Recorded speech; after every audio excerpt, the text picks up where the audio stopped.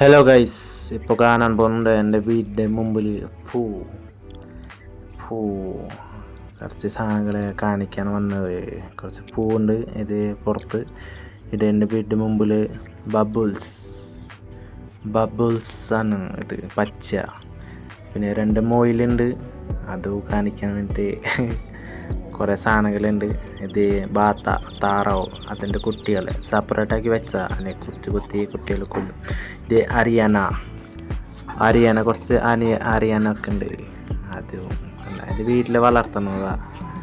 പിന്നെ ഇത് വലിയ ബാത്തകൾ കുറേ കാട്ടിൽ അങ്ങടെ ഉണ്ട്. എണ്ണം അറിയില്ല, അത്ര ഉണ്ട് വീടിൻ്റെ സൈഡിൽ.